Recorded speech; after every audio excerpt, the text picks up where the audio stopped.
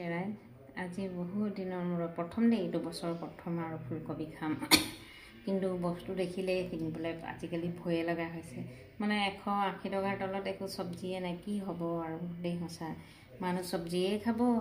নে চাউলেই কিনিব অহা বছৰ চাগে চাউলৰো দাম বহুত হ'ব নহয় আমাৰ যিটো পাঞ্জাৱত খেতি কৰোঁ আমি তাতে পানী হ'ল নহয় গম পাই নাই ৰাইজ এতিয়া আমি অহা বছৰ চাব আমি 200 টকা দি 300 টকা দি চাউলৰ কেজি খাবলৈ হ'লে আমি এদিনত যদি আমাৰ 200 টকা হাজিৰাই হয়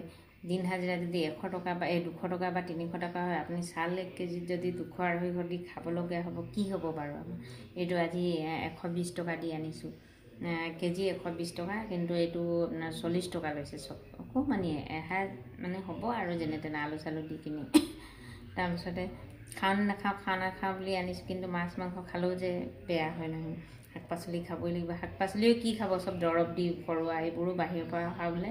আমাৰ লোকেলটো এতিয়ালৈকে হোৱাই নাই তথাপি আৰু কি কৰোঁ উপায় নাই চবেই খাইছে যেতিয়া আৰু খাবলৈ হৈছে আজি প্ৰথম আনিছোঁ কেনেকুৱা লাগিব কি লাগিব নাজানো খাই আপোনালোকক জনাম আৰু কেনেকুৱা লাগিব দেই ফুলকবি নহয় চবৰে মনত ফুলহে হয় এইটো খালে বোলে মানে হাঁহি আনন্দ হয় ফুলকবি তাকে প্ৰথম খাম আৰু আজি বনাম দেই বাই বাই অ'কে